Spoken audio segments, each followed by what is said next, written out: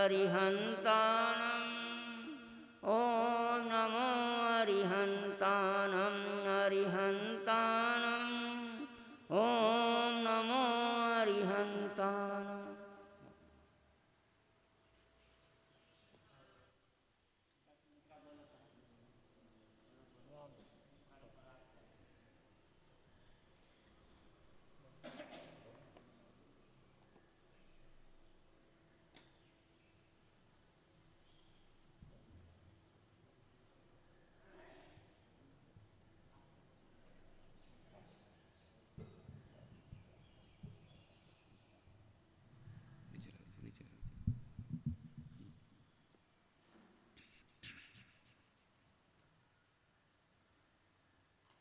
बोलिए भगवान महावीर स्वामी। दो पंख दिए होते हो, दो पंख दिए होते तो उड़ के आता तेरे दरबार गुरु। तेरे चरणों में गिर कर मैं लेता जन्म सुधार गुरु। दो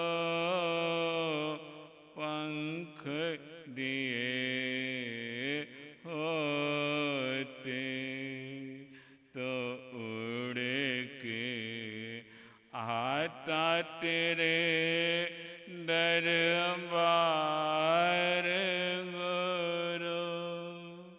तेरे चरणों में गिर कर मैं लेता जन्म सुधार गुरु। दो पंख दिए होते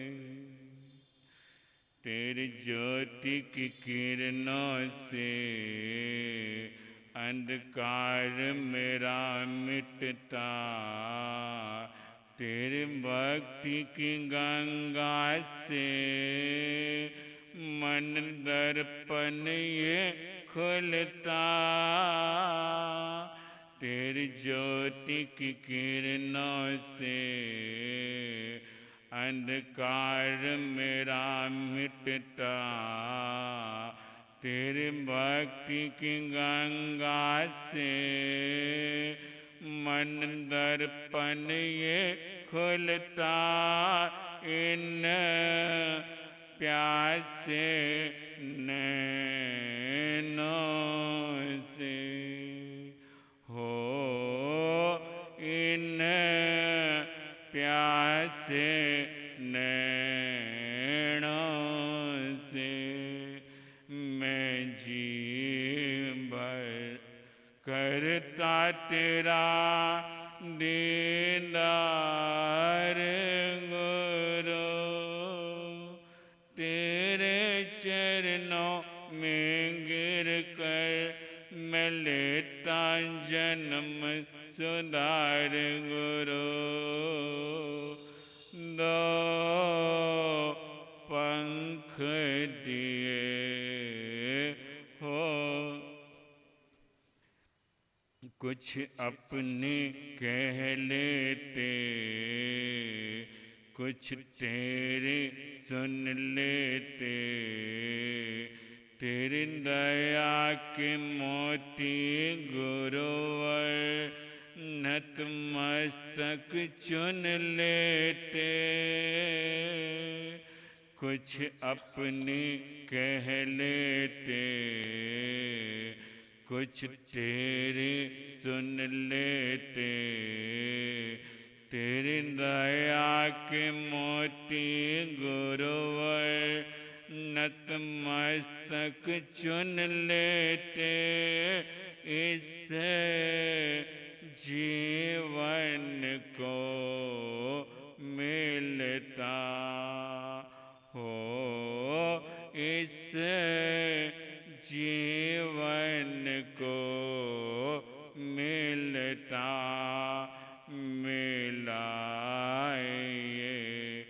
खुशियों का संसार गुरु, तेरे चरणों में गिर कर मैं लेता जन्म सुधार गुरु। दो पंख दिए हो तुम ज्ञान की गंगा हो, कुछ ऐसा वर दे दो इस दीनहीन तन में, तुम भक्ति को भर दो। तुम ज्ञान की गंगा हो, कुछ ऐसा वर दे दो इस दीनहीन तन में, तुम भक्ति को भर दो। दो प्यासे नैनों से हो इन प्यासे नैनों से मैं जी भर करता तेरा दीदार गुरु, तेरे चरणों में गिर कर मैं लेता जन्म सुधार गुरु। दो पंख दिए हो ये हीरे ये मोती सब झूठी माया है, झूठे रिश्ते नाते झूठी ये काया है।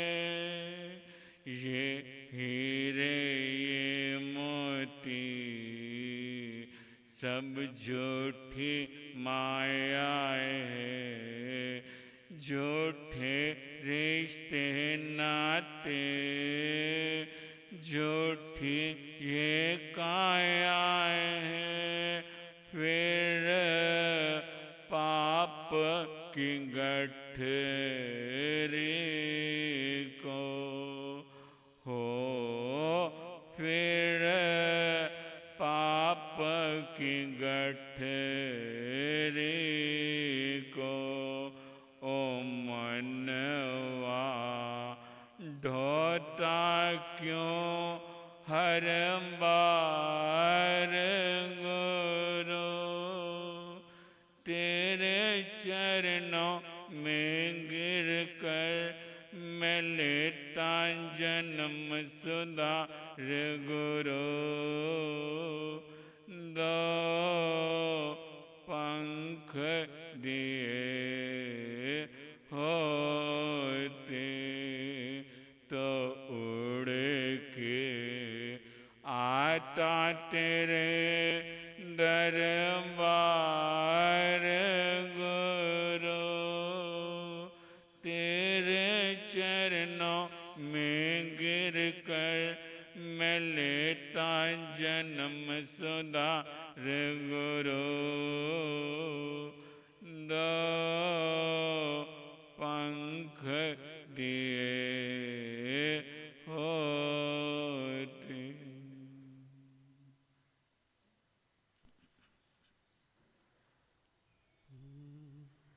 धम मंगल मुकुट अहिंसा संयमो तमो, देवा वेतनमंसन्ते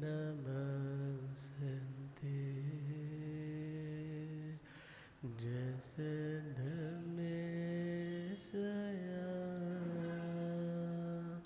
मणो।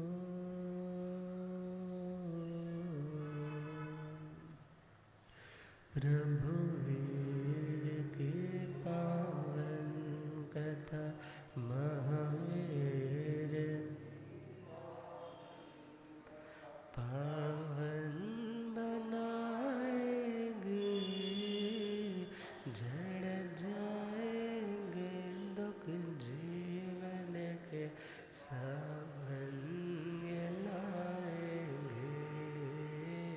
सावन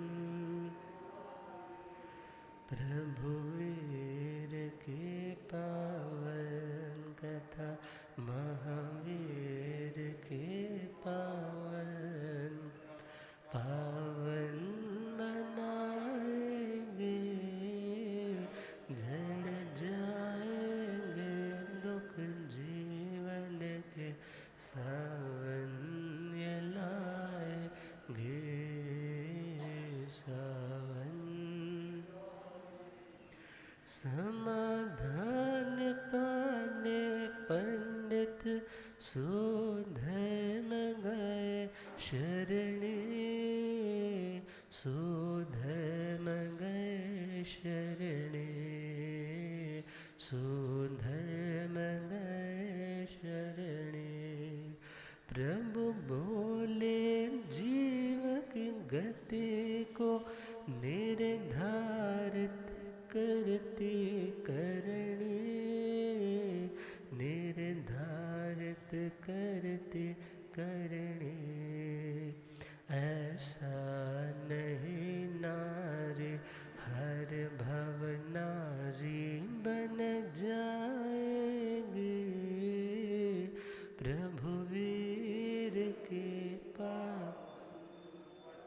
पावन बनाएंगे पावन प्रभु वीर के पावन कथा महावीर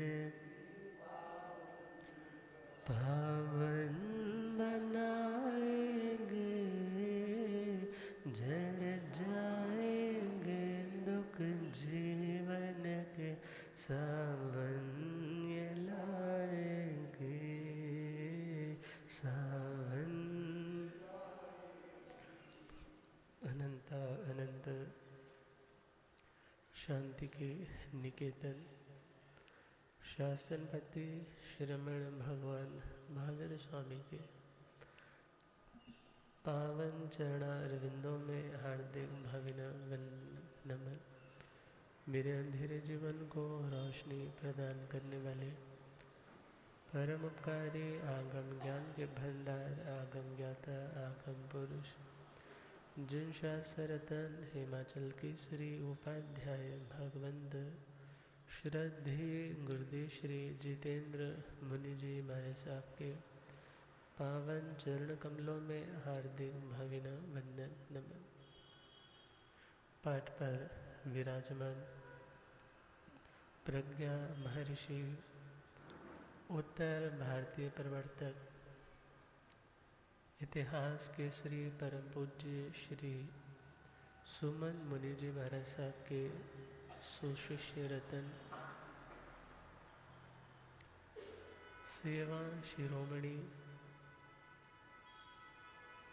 वात्सल्य वारिधि परम पूज्य भंडारी श्री समंत भद्र जी महाराज साहब तपस्वी रतन श्री परम मुनि जी महाराज साहब के चरणों में हार्दिक भावना वंदन नमन।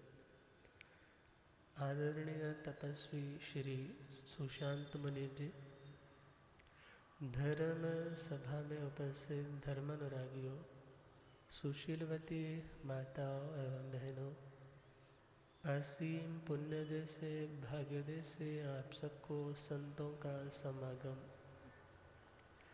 और वीतरागवाणी श्रवण करने का सुअवसर प्राप्त हो रहा है। श्रवण कर रहे हैं 24वें तीर्थंकर परमात्मा श्रमण भगवान महावीर स्वामी की मंगलमय यशस्वी जीवन गाथा और किस प्रकार उस मध्यम अपापा नगरी में महासेन वन उद्यान के अंदर अशोक वृक्ष के नीचे समवसरण की दिव्य संरचना और किस प्रकार सोमिल ब्राह्मण के द्वारा आयोजित यज्ञशाला से एक एक करके 11 महापंडित प्रभु के श्री चरणों में दीक्षित होते जा रहे। तो आज नंबर है 5वें श्री सुधर्म स्वामी जी। सुधर्म जी ने जब सुना कि मेरे से पूर्व 4 जनों ने दीक्षा ग्रहण कर ली और उनके शिष्य भी प्रभु के शिष्य हो गए, सोचा कि मेरे हृदय में भी बहुत लंबे समय से परोक्ष रूप से एक संशय है, एक डाउट है, तो मेरे को भी अपने उस डाउट को उनके समक्ष जाकर के जाऊंगा, वैसे ही स्कैन हो जाएगा, वो स्वतः ही बता देंगे। तो बड़ी भावना के साथ प्रभु के चरणों में आए। दिव्य देशना चल रही है और लोग इतनी शांति के साथ, मस्ती के साथ सुन रहे कि ना उन्हें भूख सता रही है, ना प्यास सता रही है। और आवश्यक निरुक्ति में फरमाया है तीर्थंकरों की वाणी का अतिशय, कि जितनी देर भी सुनते रहो ना तो कोई बोर होता है और ना ही उसको किसी भी प्रकार की कोई चिंता सताती।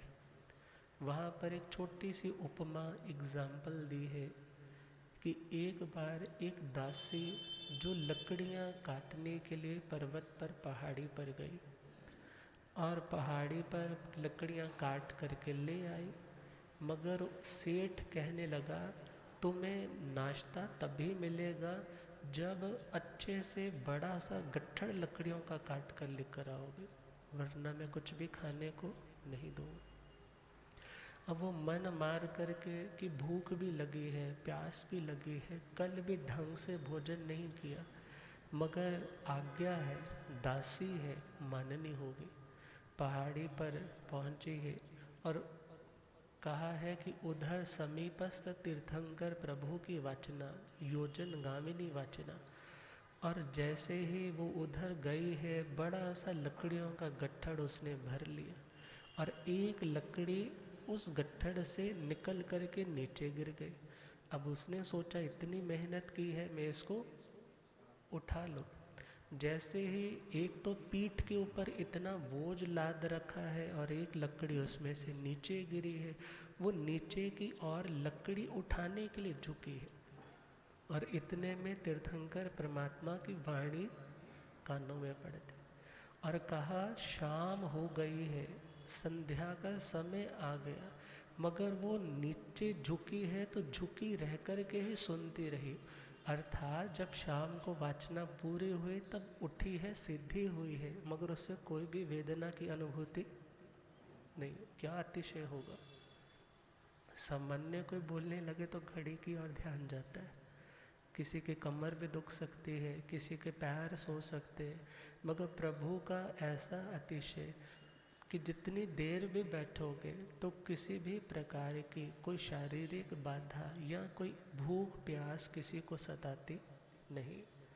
तो प्रभु के उस समव शरण में सुधर्म महापंडित 5वां नंबर है, 500 इनके भी शिष्य है, बड़ी भक्ति भावना के साथ गए हैं, चुनौती देने के लिए नहीं बल्कि वहाँ से कुछ पाने की उम्मीद के साथ बढ़ रहे। समव शरण आया, दिव्य रचना, देव देवियों का मंगल पे वहाँ पर वातावरण, हजारों की पब्लिक अपने अपने यथा योग्य स्थानों पर बैठी। जैसे ही पहुँचे तो प्रभु ने आते ही क्या कहा, आओ सुधर्म, आपका स्वागत है। और आपके हृदय में यह प्रश्न बार बार आता है कि क्या जो व्यक्ति आज जिस पर्याय अवस्था गति में है, क्या आने वाले टाइम में भी उसे यही गति अवस्था मिलेगी? क्योंकि जिस तरह आम से आम ही पैदा होते हैं, तो क्या मनुष्य मर कर के पुरुष रूप में है आज यदि, तो आगे भी क्या पुरुष ही बनेगा? क्या स्त्री बार बार स्त्री ही बनेगी? क्या प्रभु ऐसा है? तो भगवान ने कहा आपके हृदय में यह संदेह बहुत लंबे टाइम से है, मगर ध्यान देना, कोई भी व्यक्ति अपने कर्म के कारण महान या अपमान को प्राप्त करता है।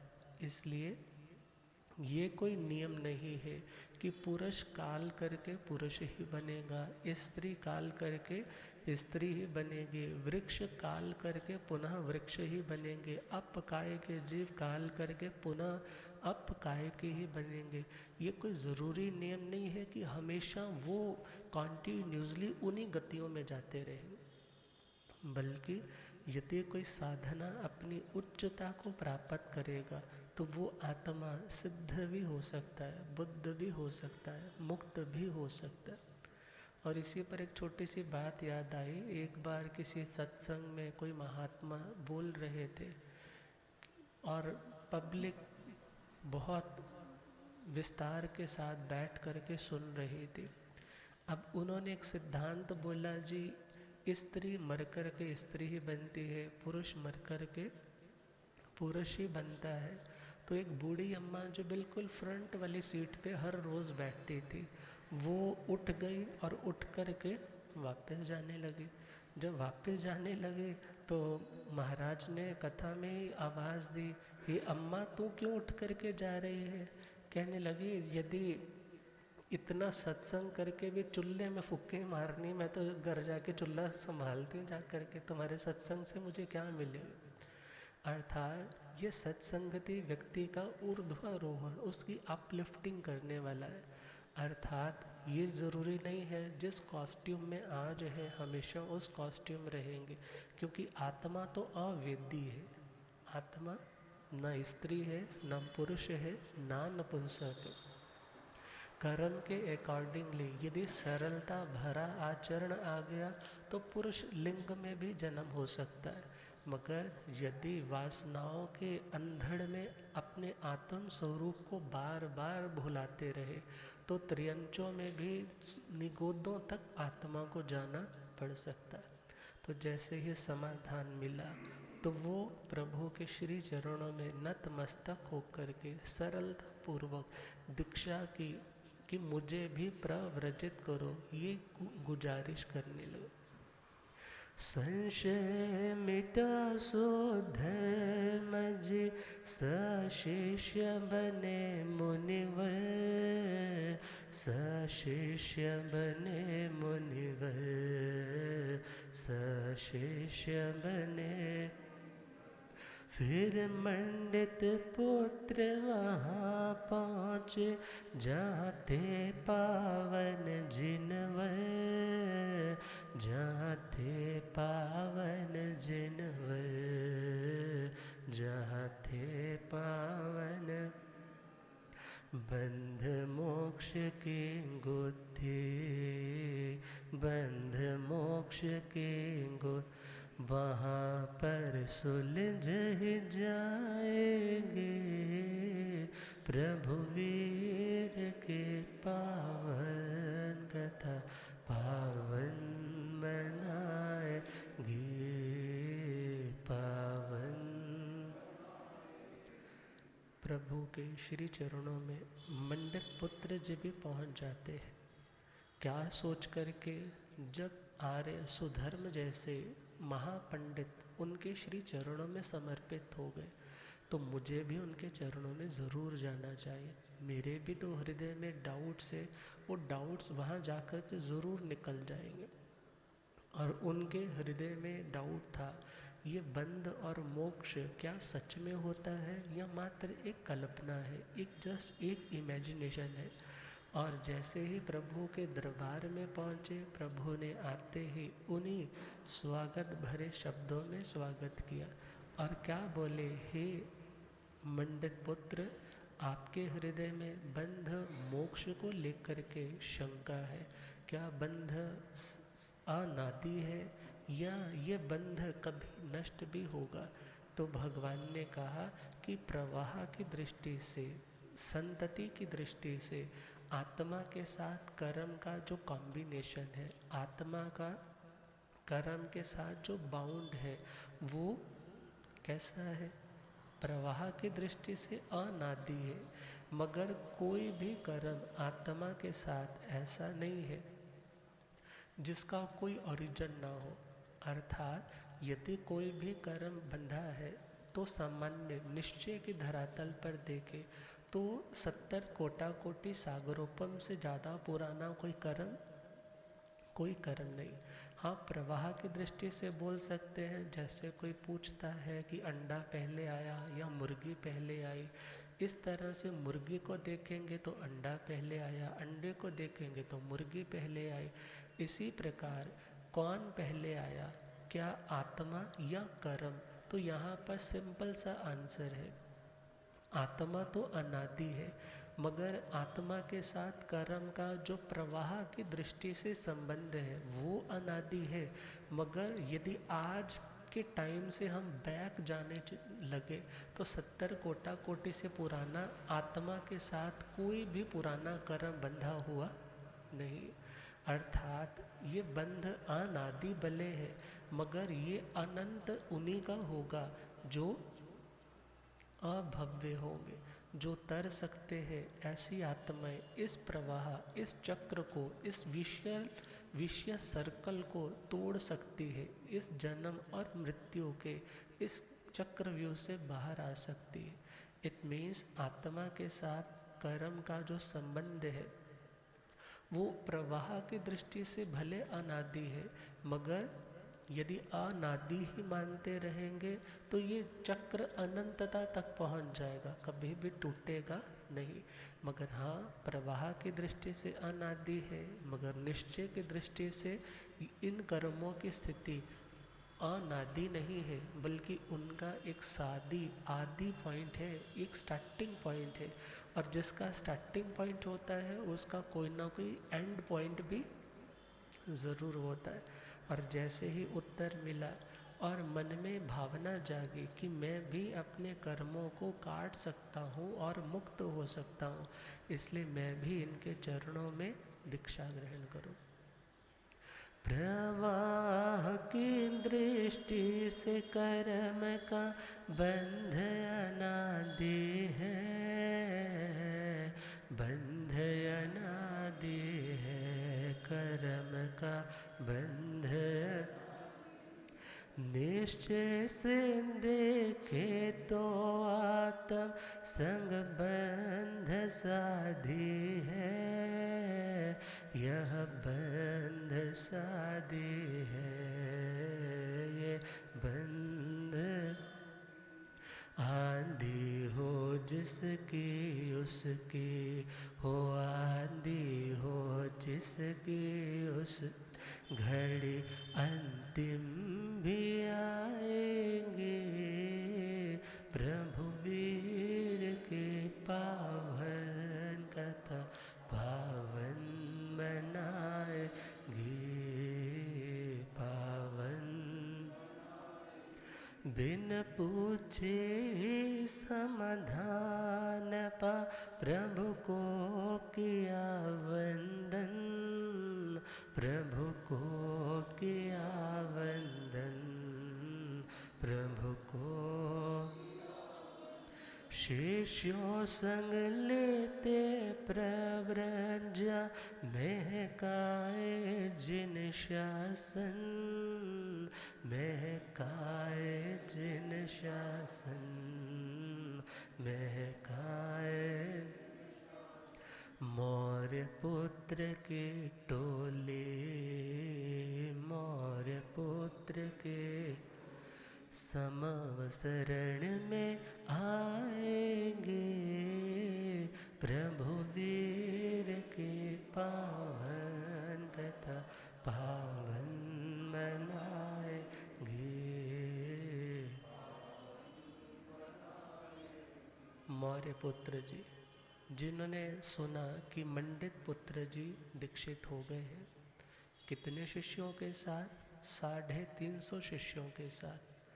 तो मेरा भी कर्तव्य बनता है कि मैं अपने संदेह को अपने साथ लेकर के क्यों मरूं, अर्थात मन में उलझन है, सुलझाने वाला भी बड़ा योग्य मिल रहा है, तो मुझे उस उलझन का, उस समस्या का समाधान ज़रूर लेना चाहिए। भले ये दुनिया आज तक हमें भगवान मानती रही है, भले इस दुनिया के सामने हम अपने सिद्धांतों को बड़ी दृढ़ता से प्रस्तुत करते रहे हैं, मगर मन में कुछ बातें ऐसी रह जाती है जो शब्दों में तो दृढ़ता का रूप ले आती है, बाह्य क्रिया में भी दृढ़ता का रूप लेकर के दिखने लग जाती, मगर मन में वो विश्वास नहीं होता। और जब मन में विश्वास नहीं है तो उसको उन क्रियाओं को करते हुए वो आनंद, वो रस, वो इंटरेस्ट पैदा नहीं हो पाता। तो सोचा कि मैं भी अपने डाउट को क्लियर करूं, तो प्रभु के पास वो पहुंचते हैं और उनके मन में क्या संदेह है कि क्या देवता वास्तव में होते हैं या कोरी कल्पना है, ये इंद्रजाल है, यूं ही मंत्रों की रचना कर रखी है। तो जैसे ही पहुँचे प्रभु ने उनके दिल में बैठे हुए उस सवाल को, उस प्रश्न को भी मानो ऐसी शब्दों की सर्जरी की है कि उस शूल को बाहर निकाल दिया। भक्ति भाव से किया था वंदन, मन में एक सवाल, मन में एक सवाल, मन में।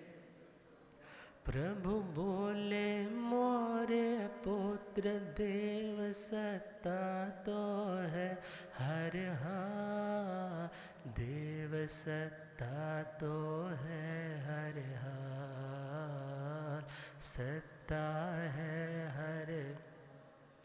देवों को देख वहाँ पे, देवों को श्रद्धा उनको भी आएगी, प्रभु वीर के पावन कथा पावन बनाएगी, पावन। अरहत मार्ग पे मोरे पुत्र, शिष्यों संग चल पड़े, शिष्यों संग चल पड़े, शिष्यों संग। आकंपित जी के नरक की सत्ता पर थे प्रश्न खड़े, पर थे प्रश्न खड़े। पहुँचे प्रभु चरणों में, पहुँचे प्रभु, तृप्ति तो हो ही जाएगी, प्रभु वीर के पावन कथा पावन बनाएंगे, पावन। जब हम आवश्यक निरुक्ति, त्रिषष्टि शलाका पुरुष इन ग्रंथों में चलते हैं तो वहाँ पर प्रभु के साथ इनका जो संवाद है बहुत लंबा है, बहुत ही तात्विक चर्चाएं हैं वहाँ पर, मगर हमने मात्र उनको अंश अंश रूप में समझने के लिए कि क्या क्या बातें हैं, हम जस्ट उन्हीं के ऊपर चर्चा कर रहे हैं। तो प्रभु के श्री चरणों में मौर्य पुत्र जी पहुँचे और प्रभु ने मौर्य पुत्र स्वागत है आपका कह कर के उनका अभिनंदन किया। क्यों अभिनंदन किया? क्योंकि गणधर जैसी पावन यशस्वी सीट पर उन्होंने विराजना है और वो भी चरम शरीरी। और जैसे ही प्रभु ने कहा, हे मौर्य पुत्र, आप देव सत्ता को लेकर के शंकित रहते हैं कि देवता है या नहीं है। विचार करो, इतने बड़े बड़े यज्ञ आयोजित कर रहे थे, मगर यदि यही विश्वास अंदर पूरा नहीं है कि देवता ग्रहण करेंगे या नहीं करेंगे, तो तुम्हारी अपनी ही मान्यता के ऊपर कुठाराघात हो जाता है। मगर जैसे ही प्रभु ने कहा कि देवी देवता होते हैं, अब प्रश्न आ सकता है, क्या उन्होंने देव विमानों को आते हुए नहीं देखा था? तो यहाँ पर आंसर है कि देखा हो सकता है, मगर ये भी हो सकता है उन्हें लगा हो ये भी कोई इंद्रजाल है, ये भी कोई हिप्नोटिज्म कर रखा है जो हमें ऐसा दिखाया जा रहा है। मगर क्या वास्तव में ऐसा होता है? तो प्रभु के सामने वो प्रश्न रखा। तो प्रभु ने क्या कहा कि हे मौर्य पुत्र, देवी देवताओं का अनुग्रह, अनुग्रह मतलब किसी के ऊपर रक्षा की दृष्टि से अपनी कृपा करना, या देवी देवता का किसी से रुष्ट होकर के उस व्यक्ति को तकलीफ में डालना, ये तो दुनिया में सामान्य रूप से ही देखे जाते हैं। और दूसरी बात, देवी और देवता जब अपने चमत्कार दिखाते हैं तब भी दुनिया को समझ जाना चाहिए कि देव गति भी होती है, और हम तुम भी अनंत बार देव गति के मेहमान बन चुके। और उसी के साथ साथ देवी देवताओं की सत्ता होती है।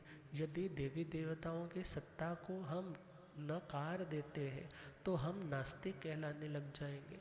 मगर प्रभु ने तो क्या कहा, देवाणं आसायणाय देवीणं आसायणाय, प्रतिक्रमण में आया कि देवी और देवता की भी अशातना, अवज्ञा, तिरस्कार, अपमान मत करो।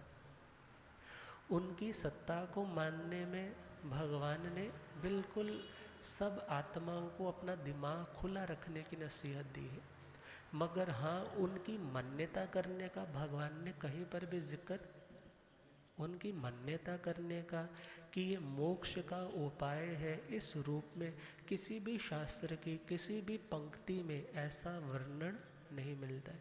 अर्थात ये आत्मा देवी देवताओं से भी उत्कृष्ट साधना करके मुक्त हो सकती है।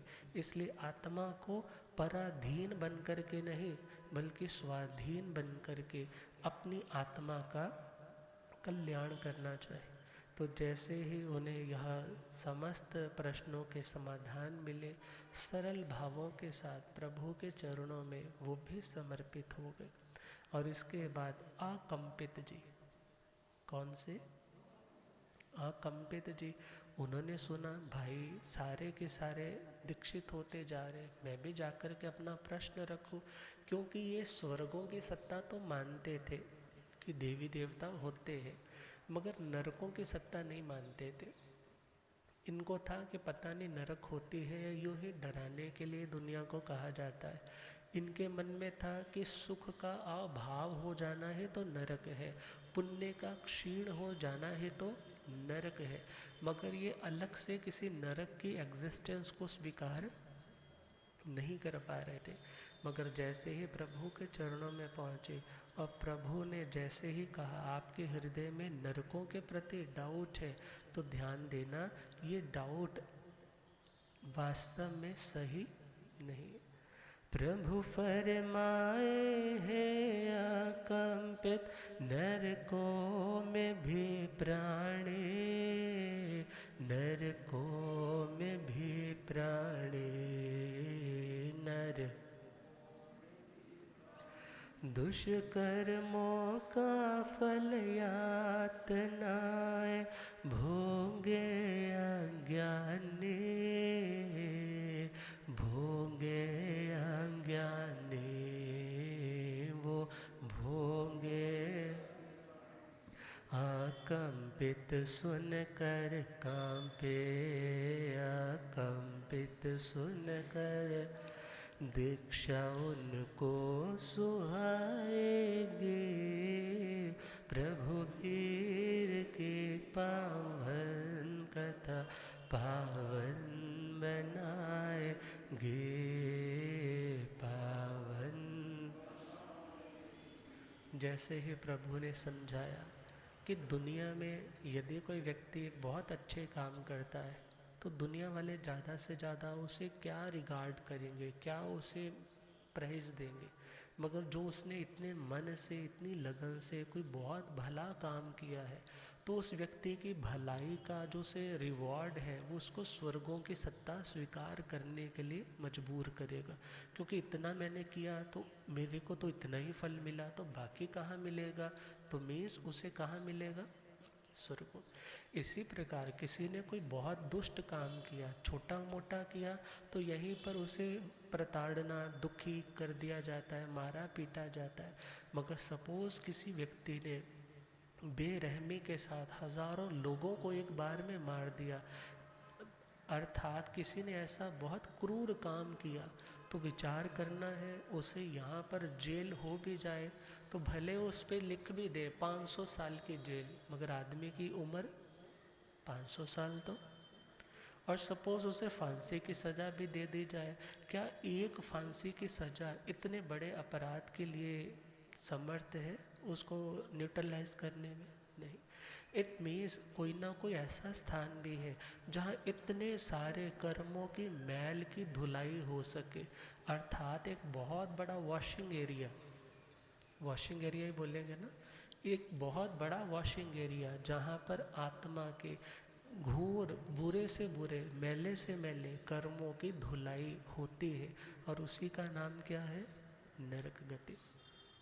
जैसे इन्होंने सुना, अचल भ्राता जी भी शंकाग्रस्त थे, क्या पुण्य का फल होता है? या इतने पुण्य शुभ कार्य किए जाते हैं, क्या इनका फल होता है, या हम बस एक लोक परंपरा, हमारे बुजुर्गों ने कहा था इसलिए करो बेटा पुण्य लगेगा, ऐसे ही मानते चले जा रहे? तो प्रभु के सामने यह प्रश्न भी आया। आचल भ्राता जी शंकित थे, क्या पुण्य का फल होता, क्या पुण्य का फल होता, क्या पुण्य का? प्रभु बोले जैसा कर्म करो वैसा ही कल होता, जैसा ही कल होता वैसा ही। तृप्ति हुई यह सुनकर, तृप्ति हुई यह, दीक्षा उनकी आएगी, प्रभु वीर की पावन कथा पावन बनाएंगे, पावन। बेतार पुत्र को पर लो, सत्ता पे ना विश्वास, सत्ता पे ना विश्वास, सत्ता पे ना। प्रभु ने बताया युक्ति से, तो बुझी ज्ञान की प्यास, तो बुझी ज्ञान की प्यास, तो बुझी।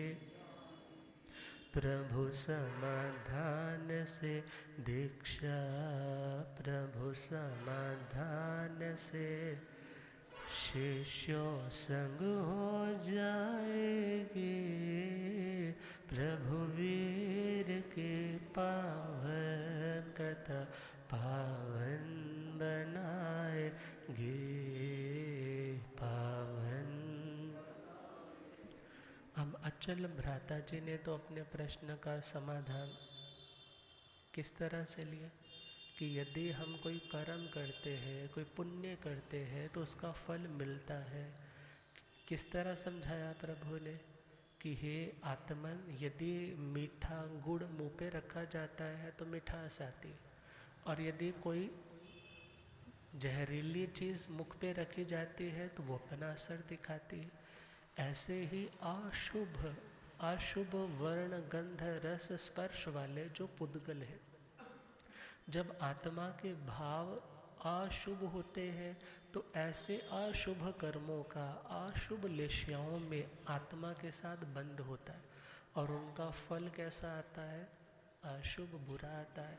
और यदि शुभ कर्मों को किया जाता है तो इन्वेस्ट हो रहे हैं, और जब उनका काल आएगा तो वो पुण्य रूप से तुम्हारी आत्मा को सुख देने वाला बन जाएगा। इसलिए कर्म करो तो फल मिलता है, आज नहीं तो कल मिलता है। जितना गहरा कुआं होगा उतना मीठा जल मिलता है। तुम अच्छा करते जाओ, कहते हैं ना, नेकी कर और खूह में डाल।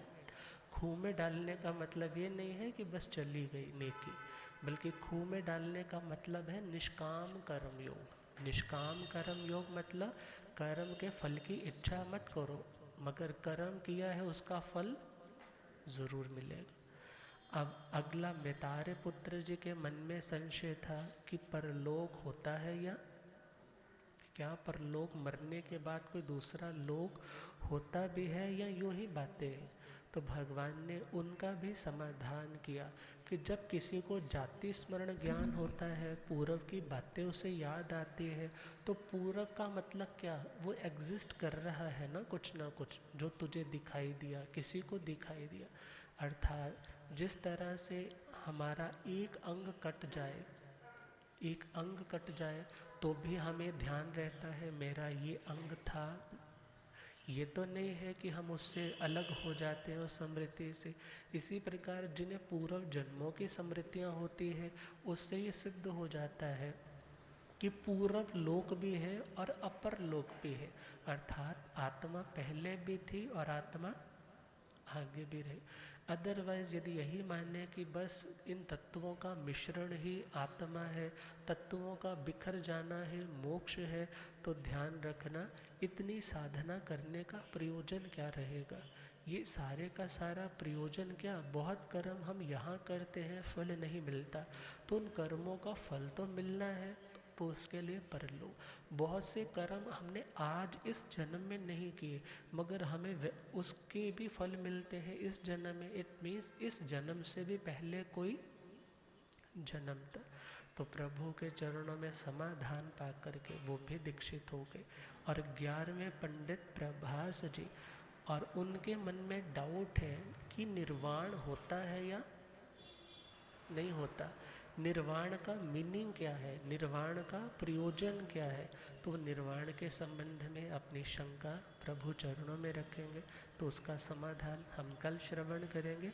और भगवती आर्य चंदन बालाजी जो अभी कौशाम्बी में है, किस तरह से वो इस समूह शरण तक पहुँचेंगी, तो उसकी भी जानकारी, तीर्थ की स्थापना कैसे होगी, वो कल श्रवण करेंगे। अब हम परम श्रद्धे भंडारी परम पूज्य श्री समंत भद्र जी महाराज के श्रीमुख से कुछ मंगल में श्री वचन सुनेंगे। इन्हीं भावों के साथ ओम।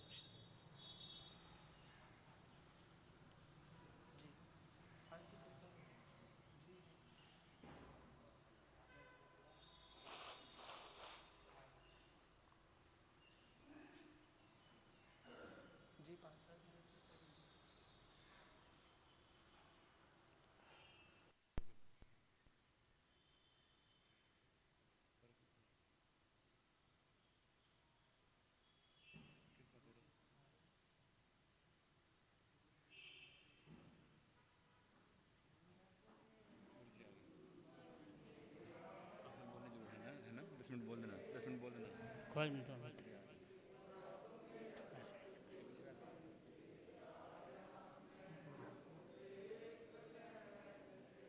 हजारों दिन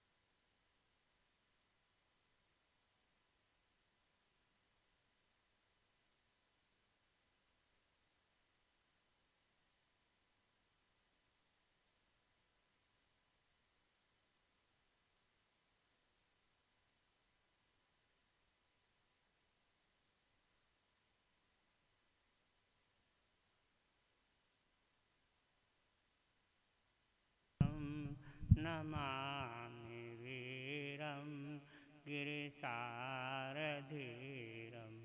नमामि वीरं गिरिसारधीरं। चरम तीर्थंकर श्रीमन भगवान महावीर स्वामी जिनों का शासन चल रहा है। प्रभु के शासन में 4 धर्म तीर्थों की स्थापना हुई। साधु साध्वी, श्रावक और श्राविका। प्रभु का एक प्रवचन है 10वें कालिक सूत्र में,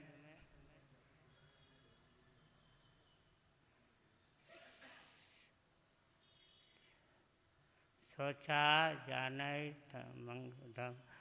शोचा जानई कल्याणं शोचा जानई पावगम उभयम पे जानई शोचा जंग से तंग समाया रे। प्रभु महावीर का प्रवचन है कि सोचा जानई कल्याण, सुन कर के कुछ जाने कुछ समझें। प्रभु महावीर कहते हैं सुन कर के हम कुछ जानने का प्रयास करें। सोचा जानई कल्याण, सुन कर के कल्याण के मार्ग को जानने का प्रयास करें।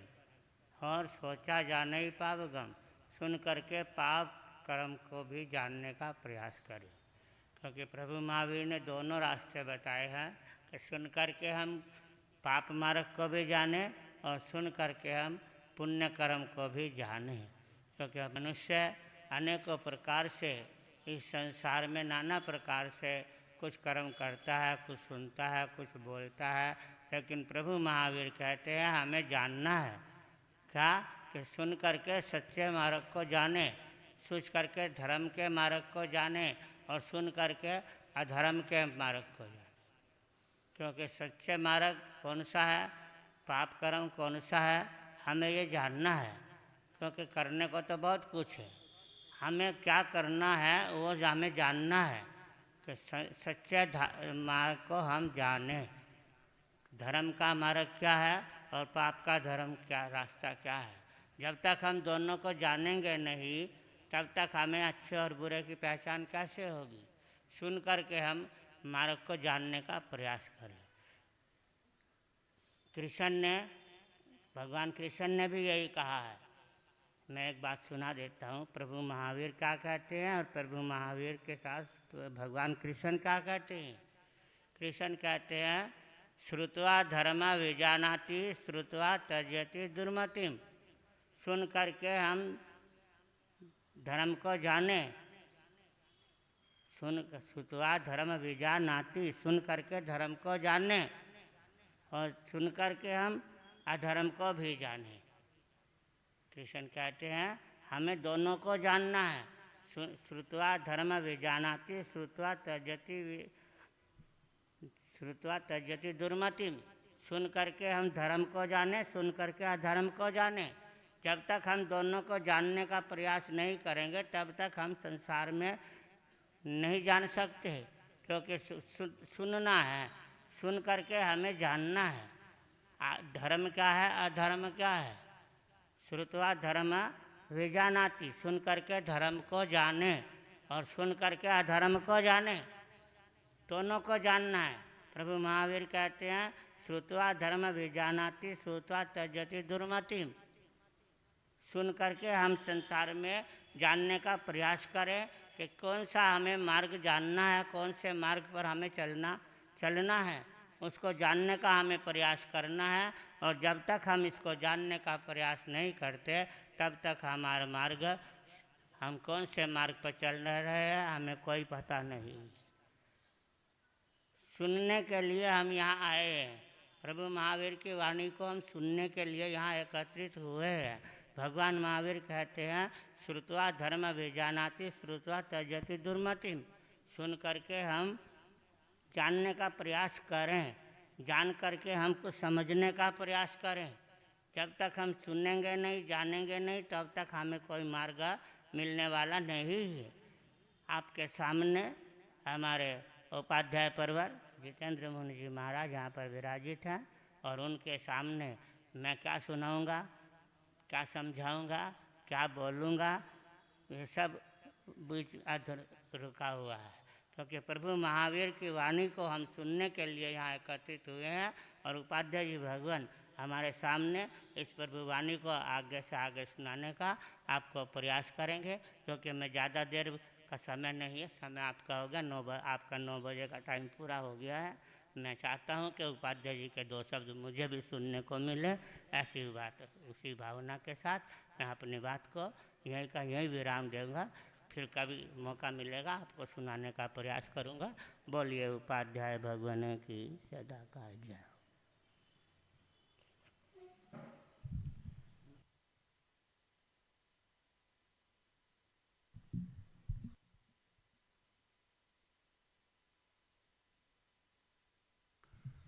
जीर्ण वैण अनुरता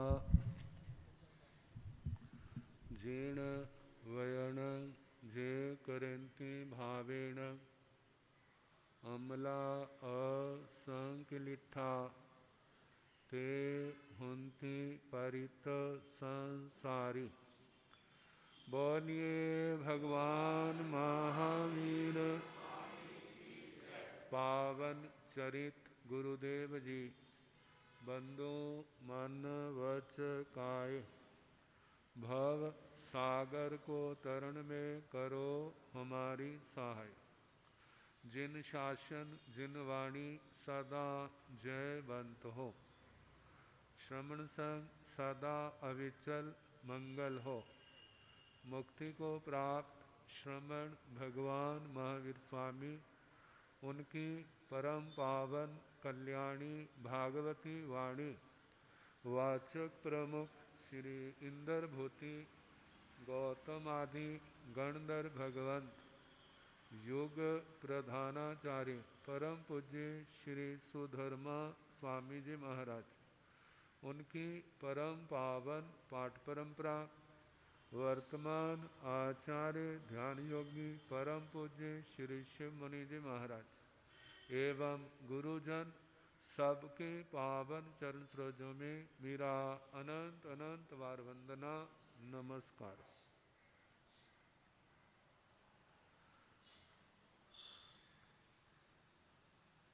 उपस्थित धर्म प्रेमी सज्जनों, माताओं तथा पहले हम 6 थे, अब कितने हो गए? 9। उत्तर भारतीय प्रवर्तक प्रज्ञा महर्षि परम पूज्य श्री सुमन मुनि जी महाराज, उनके अंत्यवासी शिष्य समंत मद्दर जी, यही नाम है ना, समंत मद्दर, भंडारी जी कहते हैं वैसे, अपने परिवार के साथ पधारे। बड़ी खुशी की बात, लुधियाने मिलना हुआ था तो इतनी गर्मी में विहार करके पधारे। बहुत बहुत अभिनंदन, स्वागत है। तो हम अपने प्रसंग पर चले। 9 तत्व और 6ठा संवर तत्व और उसमें परिसह, दर्शन परिसह, विश्वास, सुख का कारण क्या है और दुख का कारण क्या है। दुख का कारण है पाप और सुख का कारण है पापों का परित्याग। दुख का कारण क्या है? पाप। और सुख का कारण पाप का परित्याग, उसको छोड़ना, जहां आस्था टिकनी चाहिए। वैसे कहते हैं ना, भगवान के प्रति आस्था रखता वो क्या है? आस्तिक है। जो गुरुओं को मानता है वो आस्तिक है, धार्मिक है। लेकिन भगवान को, गुरुओं को मानना ही केवल आस्तिकता का लक्षण नहीं है। भगवान और गुरु की बातें भी तो क्या करें ना, मानने। डॉक्टर बड़ा है, वो अपने स्थान पर है, लेकिन उसकी दवाई कब काम करेगी? जब रोगी खाएगा। खाएगा नहीं तो उसका वह मंत्र थोड़ा एकदम पड़ा और ठीक कर दिया। दवाई खानी पड़ेगी, परहेज करना पड़ेगा, फिर ही होगा। ऐसे ही कर्मों के कारण जो इस आत्मा में नाना प्रकार के क्लेश, दुख, मुसीबतें आती हैं, वो कर्म बंधते कैसे हैं और उनको दूर कैसे करना है, इस बात को जानना होगा, मानना होगा, विश्वास करना होगा। भगवान ने भगवान से पूछा, भगवान जो जीव भारी कैसे होता है और हल्का कैसे होता है। संभव है कई बार दृष्टांत सुना होगा, शास्त्र का है ना। शास्त्र के दृष्टांत बड़े रहस्य से भरे होते, सच को बताने वाले होते। भगवान से पूछा भारी कैसे होता है, हल्का कैसे होता है, कौन? जो जीव। तो भगवान ने तुम्बे का दृष्टांत दिया। कहते सूखा तुम्बा है, क्या मतलब? सूखा हुआ घिया अंदर से कुरेद दिया है, वैसे सूखने के बाद हल्का हो जाता है, अंदर से कुरेदने के बाद और क्या हो गया? हल्का हो गया। अब उस तुम्बे को चारों ओर से रस्सियां लपेट दी, फिर उसके बाद मिट्टी का लेप लगाया। अकेली मिट्टी हो तो सूखने पर फट जाएगी, अकेली रस्सियां हो तो टाइम आने पर वो भी ढीली पड़ जाएंगी।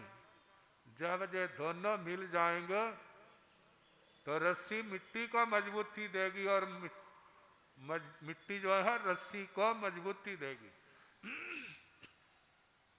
जहां जब कच्चे मकान होते थे, मिट्टी का लेप, आजकल तो कच्चे दिखते ही कम है, मिट्टी का लेप, मिट्टी को गूंदते पैरों से और उसके अंदर जा तो चील का घास, जा दूसरा घास काट काट करके, जैसे पशुओं को डालते हैं ना काट करके, ऐसे ही उसके घास उसके अंदर मिला देते अच्छी तरह, फिर उस मिट्टी का लेप लगाते और वह मिट्टी कई सालों तक दीवारों के साथ चिपकी रहती थी। और जब वैसे मिट्टी को लगाया जाए तो कुछ ही दिनों में सूखने के बाद उसकी क्या हो जाएंगी? पपड़ियां बन जाएंगी और अपने आप उतर जाएगी। ऐसे एक बार रस्सियां लपेटी, फिर मिट्टी लगाई, फिर उसको सुखाया, फिर रस्सियां लपेटी, फिर उसको मिट्टी का लेप लगाया और ऐसे 8 बार किया।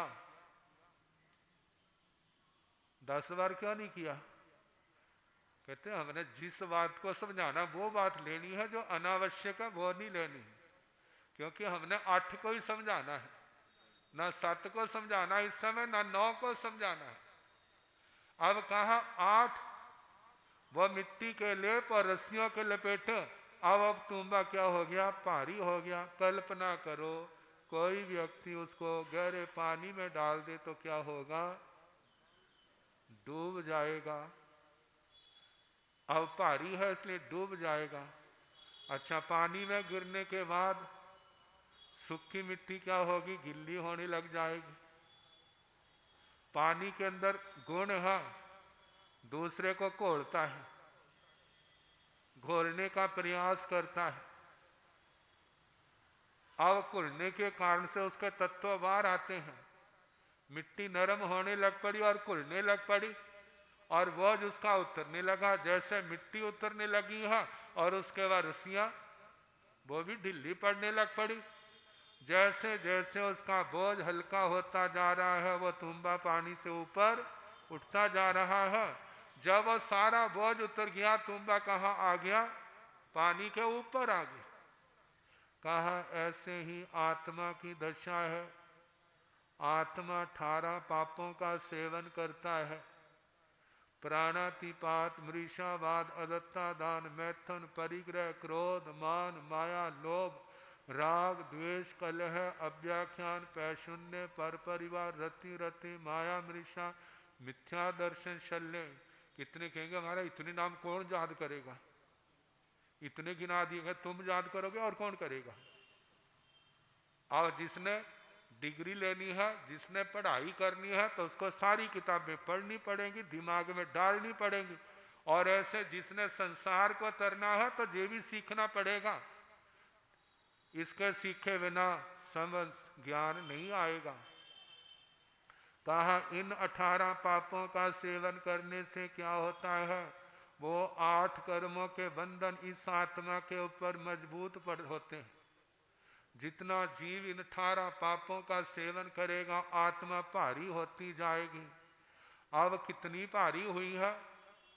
भगवान कहते हैं जैसे लोहे का गोला पानी के अंदर डाल दो तो वो कहाँ जाके रुकेगा, बिल्कुल तह तक पहुंच जाएगा। इसी प्रकार लकड़ के अंदर जितना बोझ है उतना पानी के अंदर डूब जाएगा, जितना बोझ हट जाएगा वो ऊपर आ जाएगा। ऐसे डूबना आत्मा का स्वभाव नहीं है, लेकिन जो इसने पाप कर्म किए हैं, पूर्व के पाप कर्मों से प्रेरित होकर के उन पापों से आत्मा भारी हुई है, तो फिर यात्रा शुरू होगी कहाँ की, नरक और निगोद। नहीं रुका तो आखिरी ठिकाना कहाँ है, नरक में 7वीं नरक है और वनस्पति में निगोद, उसमें भी सूक्ष्म निगोद अंतिम ठिकाना है। वहां तक पहुंच जाएगा और डूबा रहा, वहां पर निर्जरा हो रही, अकाम निर्जरा। और जैसे जैसे बोझ हल्का होता है तो फिर उठता है, साधारण से प्रत्येक में आएगा, प्रत्येक 1 इंद्रिय से 2 इंद्रिय, 3 इंद्रिय, 4 इंद्रिय, 5 इंद्रिय, त्रियंच। 5 इंद्रिय में आया, कभी नरक में, कभी 5 इंद्रिय त्रियंचा में, कभी मनुष्यों में, कभी देवता में, ऐसे तक के खाता रहेगा।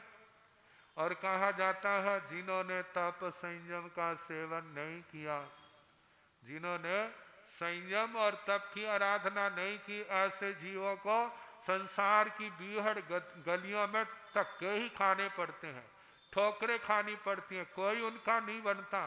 तो कहा जाता है इन 18 पापों का सेवन करने से जन्म मरण बढ़ता है, दुख बढ़ते हैं, पाप बढ़ते हैं, कलेश बढ़ते हैं, और शांति बढ़ती है, दरिद्रता बढ़ती है। देखा जाए जो बुरा है वो सब बढ़ता है। और इन 18 पाप कर्मों का त्याग करने से क्या होगा, ये सारा कटने लग जाएगा। इसलिए भगवान कहते हैं आपके अंदर ज्ञान है, समझ है, क्षमता है, तो जितना पूर्ण रूप से इनका त्याग करो। पूर्ण रूप से त्याग नहीं कर सकते तो जितना संभव है इन 18 पापों का क्या करो, त्याग करो। जितना त्याग करोगे उतना आपके जीवन में धर्म आएगा। कहा जैसी जिसके अंदर क्षमता है, कोई 100% छोड़ देता है, कोई 90 छोड़ता है, कोई 80, 70, 60, 50, 40, कोई हो सकता 10% वाला भी हो। और कोई कहता मैं 10 भी नहीं कर सकता, मैं तो 1% छोड़ दूंगा। कहते छोड़ तो सही, क्या कर, छोड़ तो सही। आज 1% छोड़ा है तो कल को 2 भी हो जाएगा। जैसे बंक चूल की कथा आती है ना, जब संत भूल करके जंगल में उन चोर पल्ली में पहुंच गए और उन्होंने कहा हमने जहां पर चुमासा करना है, कहते तुम्हारा हमारा कोई योग नहीं है, तुम साध हो और हम क्या है, चोर है। आपने कहना चोरी ना करो, हमारा इसके बिना गुजारा नहीं होता।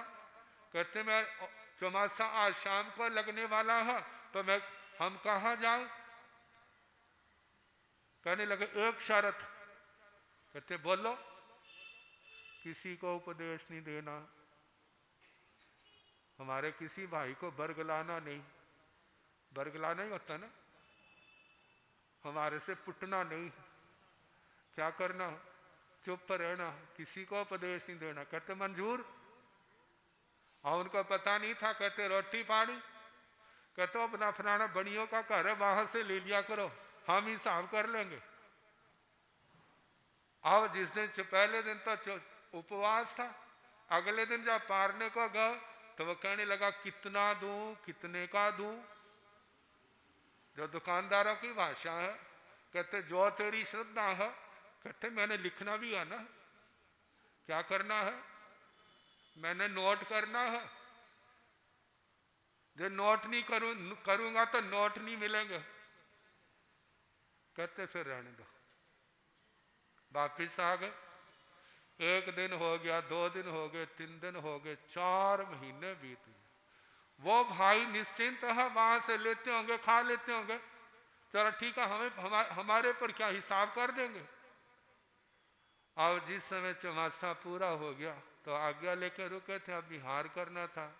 कहते बड़ा अच्छा निकला, शहर में होते तो जो मौका नहीं मिलना था, जो जहां पर मिला। कितना खुला वातावरण, शोर नहीं, शराबा नहीं, अपना स्वाध्याय करो, जप करो, इतनी ताकत भी तो होनी चाहिए ना, उनमें थी। तो जिस समय चोरों के सरदार के पास पहुंचे, कहने लगे भाई अब हम जाएंगे, हमारा चौसा पूरा हो गया। कहते अच्छा, कहते आप रुको, मैं उसे हिसाब कर दूं ताकि बाद में हिसाब में गड़बड़ ना कर दे। कहते अविश्वास के वाले लोग सदा ही रहते हैं, विश्वास वाले लोग भी होते हैं और बिना विश्वास वाले भी। व्यक्ति अपने आचरण से विश्वास गवा देता है और अपने आचरण से विश्वास बना भी लेता है, जो व्यक्ति के ऊपर निर्भर करता है। और जिस समय उसके पास आया, कहते भाई क्या लिया क्या दिया? कहते कुछ भी नहीं लिया, जहां तक पानी भी नहीं लिया। क्या मतलब खाया पिया कुछ? कहते मेरे से कुछ नहीं लिया। एक दिन आए थे, फिर आसपास में पूछा किसी से लिया होगा? कहते ना, हमारे भी नहीं आए। अब वो संतों के पास आया, क्या आपने कुछ भी खाया पिया नहीं? कहते खाते पीते तो सारी उम्र बीत गई, नहीं खाने पीने का तो मौका जहां पर मिला, जो सदा थोड़े मिलते हैं। कहते ये तो बड़ा अनर्थ हो गया। कहते अब हमने जाना है, किसी दूसरे गांव में पार ना करेंगे। तो कहते छोड़ने जा रहे थे, जब रस आया, कहते हमारा क्षेत्र यहीं तक है, आगे नहीं है। संत कहने लगे कोई नियम कर लो। कहते नियम का और हमारे से क्या वास्ता है, हम नहीं कर सकते। कहते चलो इतना कर लो। 4 बातें बताई थी। जिस फल का नाम नहीं पता वो फल नहीं खाना। दूसरी बात, तुम मांस नहीं छोड़ सकते तो कौए का मांस ना खाना। कहते कहाँ खाते हम? कहते नियम कर लो। तीसरी बात, जहां चोरी करनी पहले सावधान कर देना। चौथी बात, कम से कम राजा की रानी को मां का रूप देखना। राजा की रानी के अंदर मां का रूप देखना। कहते कौन सी बड़ी बात थी, ले लिया। नियम कैसे थे? छोटे छोटे, लेकिन इन्हीं नियमों के कारण से उसको जीवन दान मिला। अज्ञात फल आए, जिसने खाए मर गए, और उसको पता नहीं था, इसलिए बच गया वो। करते करते जब संकेत किया तो फंस गए, वहां से भाग गए। एक दिन राजा के महलों में चला गया, रानी की नीयत बिगड़ गई। एकदम ध्यान आया, ये क्या है? मेरी मां का रूप है। नहीं स्वीकार किया, उसने शोर मचा दिया, जेल में डाल दिया। जब अगले दिन राजा के सामने लाए, पूछा भाई तेरे को रानी स्वीकार करी, तूने क्यों ठुकरा दिया? और उसने सारी कथा सुना दी। कहते चोर तो हूं, लेकिन संतों ने इन बातों के अंदर मेरे को बांधा है, हमारे पास और कुछ नहीं है। कहते भाई इतनी पवित्रता रखी है तेने, तो फिर चोर क्यों? कहते क्या करूं? कहते फिर मैं जो बताता हूं वो करना। एक जागीर दे दी, जितने साथी थे सबको आबाद कर दिया। खेतीबाड़ी करो, अपना काम करो और ईमानदारी से पवित्र जीवन जियो। सारा जीवन बदल गया, जहां तक श्रावक बन गया। आखिरी समय जब मृत्यु का समय आया, बीमारी आई, हकीम को लाए, इसको ठीक करो। कहते ठीक तो हो सकता है, लेकिन इसको कौए का मांस खिलाना।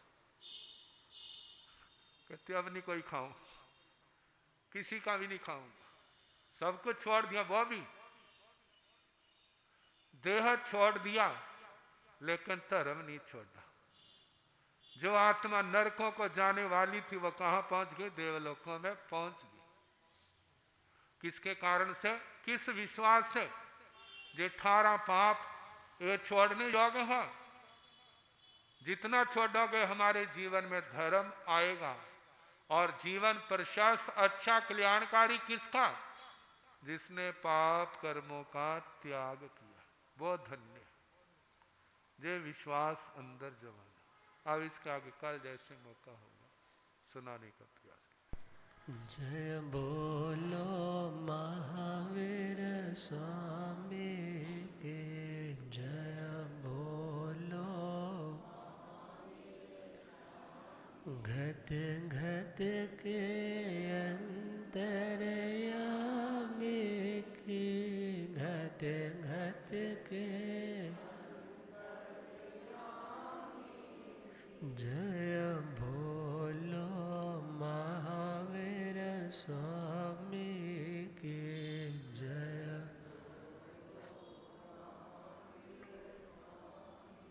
जो पाप मिटाने आया था, जो पाप में जिस भारत आन जगाया था, जिस भारत जिस पीड़ सुनी हर प्राणी के, जिस पीड़ सुनी जय बोलो महावीर स्वामी के, जय बोलो। बड़े सौभाग्य से आप सभी को दिव्य वीतरागवाणी का पावन श्रवण करने का सौभाग्य मिल रहा है। सौभाग्यशाली पधार कर लाभ ले रहे हैं और इसी क्रम में जो समायके कर रहे हैं उन्हें हार्दिक साधुवाद, जो तपस्या कर रहे हैं उन्हें भी विशेष साधुवाद है। आज जिनके एक आसनों की तपस्याएं हो खड़े होकर बच्चे खान ले सकते हैं।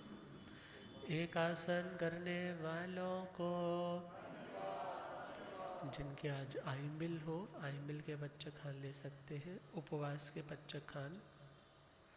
तपस्या करने वालों को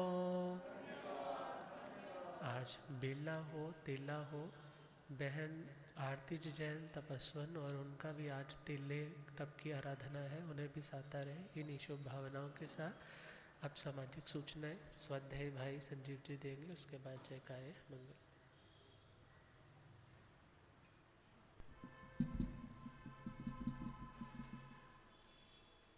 परम पूज्य परम आदरणीय प्रातः स्मरणीय आगम ज्ञाता आगम पुरुष जिन शासन रतन हिमाचल केसरी उपाध्याय भगवान श्री जितेंद्र मणि महाराज साहब ठाणे 6 एवं उत्तर भारतीय प्रवर्तक प्रज्ञा ऋषि श्री सुमन मणि महाराज साहब के सुशिष्य रतन श्री सुमंत भद्र जी महाराज साहब बाबा जी, श्री राममणि जी महाराज साहब, श्री सुशांत मणि महाराज साहब आदि ठाणे 3 के श्री चरणों में मैं एसआई जैन सभा की ओर से तथा उपस्थित सभी भक्तजनों की ओर से कोटिशे वंदन नमस्कार करते हुए आप श्री जी की सुख साधा पूछता हूँ।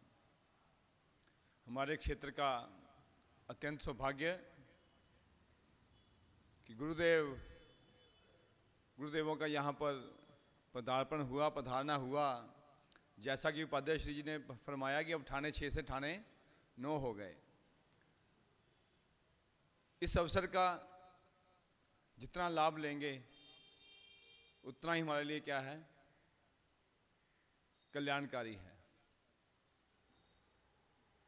मनुष्य जन्म की सार्थकता इसी में है, जैसा गुरुदेव ने फरमाया कि हम अब अगर अपने कर्मों के बोझ को हल्का कर रहे हैं, संयम और तप की आराधना कर रहे हैं, उसमें आगे बढ़ रहे हैं, तो क्या है, इस मनुष्य जन्म की सार्थकता है। नहीं तो फिर तो ये सिंपल क्या है, जैसे अनंत काल से भव भ्रमण कर रहे हैं ऐसे ही ये भी एक भव के रूप में रह जाएगा। तो गुरुओं का सानिध्य मिला है तो पूर्ण लाभ लें, स्वयं भी आएँ, औरों को भी आने की प्रेरणा दें।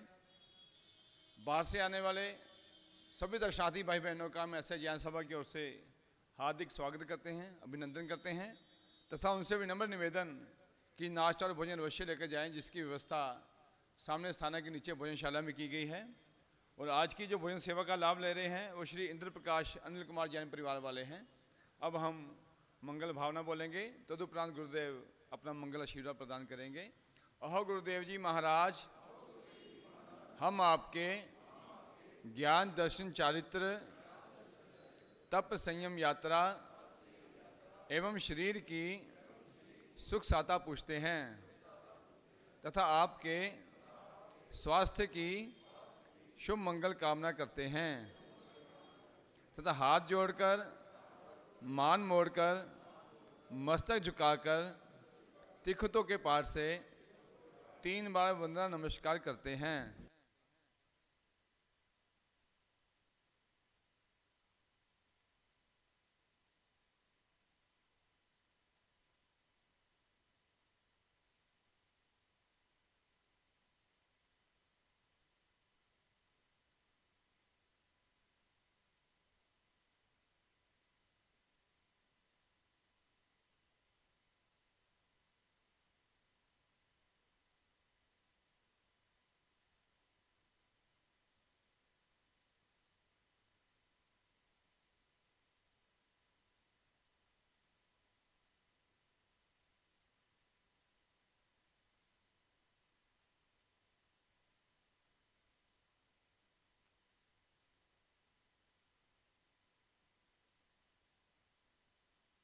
रमण भगवान महावीर, आचार्य सम्राट परम पूज्य श्री आत्मा राम जी, आचार्य सम्राट परम पूज्य श्री आनंद ऋषि जी, आचार्य सम्राट परम पूज्य श्री देवेंद्र मुनि जी, वर्तमान आचार्य सम्राट ध्यान योगी परम पूज्य डॉक्टर श्री शिव मुनि जी, गणावच्छेद परम पूज्य स्वामी श्री लाल चंद जी, गणावच्छेद परम पूज्य स्वामी श्री गोकुल चंद जी, चारित्र चूड़ामणि परम पूज्य स्वामी श्री नेक चंद जी, शासन प्रभाव को प्रवर्तक पंडित रतन पूज्य गुरुदेव श्री जगदीश मुनि जी, उत्तर भारतीय प्रवर्तक प्रज्ञा महर्षि परम पूज्य श्री सुमन मुनि जी, आगम ज्ञाता आगम पुरुष जिन शास्त्रतन हिमाचल के श्री उपाध्याय भगवंत श्रद्धे गुरुदेव श्री जितेंद्र मुनि जी, सेवा शिरोमणि भंडारी श्री समंत भद्र जी महाराज, उग्र तपस्वी आदर्श भवे तप शिरोमणि श्रद्धे गुरुदेव श्री रमण मुनि जी, जैन धर्म के जय सभी साधु साधुओं की हंताणं नमो सिद्धाणं नमो आयर्याणं नमो गंधायाणं नमो लोय संसाहोणं एसो पंच नमो कारो सब पाव प्रणसनो मंगलानंत संदेशिं परमं हवै मंगलं श्री चत्तारि मंगलं हरिहंत मंगलं सिद्ध मंगलं साहु मंगलं केवले मनत धम्मो मंगलं चत्तारि लघुत्तम अरिहंत लघुत्तम सिद्ध लघुत्तम साहु लघुत्तम केवले मनत धम्मो लघुत्तम चत्तारि शरणं प्रवज्जामि अरिहन्ते शरणं प्रवज्जामि सिद्धे शरणं प्रवज्जामि साहु शरणं प्रवज्जामि केवले मनत धम्मं शरणं प्रवज्जामि चार शरण सुख करने दुख करने मंगल करने और शरण नहीं कोई जो भाव प्राणी आचर्य अक्षय